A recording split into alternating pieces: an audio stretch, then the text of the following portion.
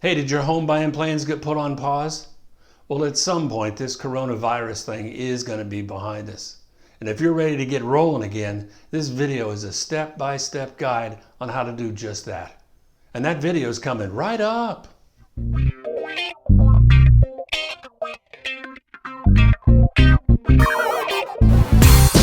Hey, welcome. I'm glad you're back. First, I want to send out a big thank you to my subscribers, my crew. We're really starting to grow, and I'm really proud of that, and I can't thank you enough. If this is your first time visiting, my name is Andy Elliott. I work with DESELMS Real Estate here in Williamson County, Tennessee, and we serve the Nashville area. Remember to subscribe to my channel and hit the bell to be notified of new videos as they come along. If you'd like to find the value of your home, or you just want to see Nashville homes online, those links are in the description box below. Despite unprecedented turmoil in the market, homes continue to be listed and continue to be sold during the pandemic. Clients and realtors alike have had to adapt in amazing ways to keep doing business. And I'm not thoroughly convinced that we'll ever go back to doing business the way we were. Memories like the corners of my mind. Anyway, by the end of this video, you'll know exactly what it'll take to buy a home in this new era. Plus, I've added a pro tip, how to find your dream home hiding in plain sight. Be sure to watch for this. Everything starts with the money. Like it or not, it just does.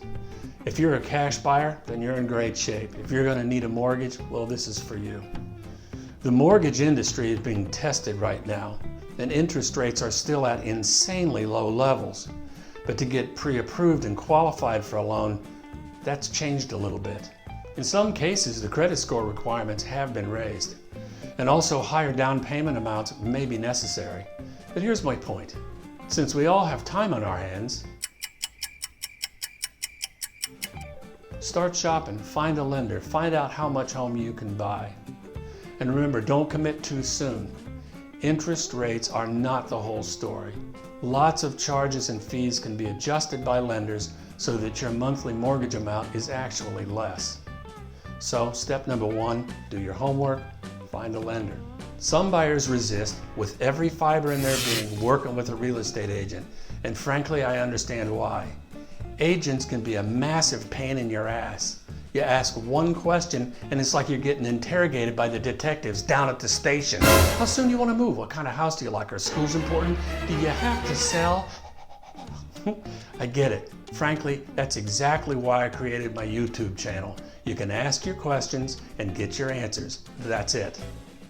That being said, a realtor that you can trust and that you like can be a tremendous ally, especially in these times with the way sellers have to handle social distancing, showing homes special instructions. You don't want to have a bunch of people walking through your house that are sick. Electronic documentation and the completely whacked closing process. You're going to want somebody to guide you through this process. If you don't have that, you're just going to be frustrated and you'll keep missing out on homes. You will. If you want to find a great home at a great price, it really takes three things. One, you need a lender letter. Two, you need a clear focus on the type, location, and the price range of the home you're looking for. And three, you need a system that delivers you listings, properties, that you like, that you want to go look at on a consistent basis. That's it. The days of browsing Zillow and Trulia and all those guys and calling the listing agents and trying to get in those houses are kind of dead and gone. Usually it takes them forever to call you back, and when they do, the house it's sold, but they want to be your new best friend. Remember, you can do this the easy way or you can do it the hard way. You find yourself a veteran, responsive agent, that's the easy way. And if you find yourself talking to somebody that you don't want to work with, no is a complete sentence. Remember, there's good ones out there, and there's the opposite too. To cut down your risk of exposure, virtual tours, good pictures, and great descriptions, those are key.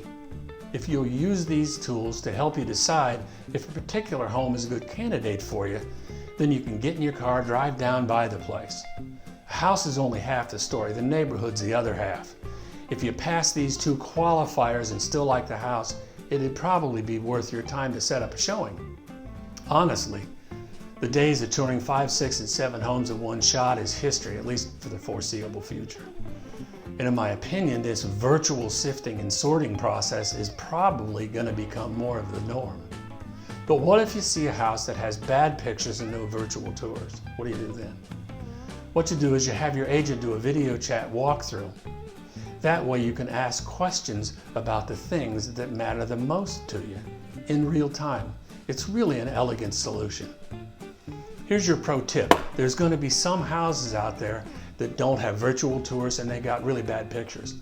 That doesn't mean at all that it's not an awesome house. It just means the agent took terrible pictures. That's it. But what's going to happen is most buyers are going to routinely pass those up. And that means that that could create a situation where you can get a better deal. Here's the formula. Bad pictures, no virtual tours equals few showings.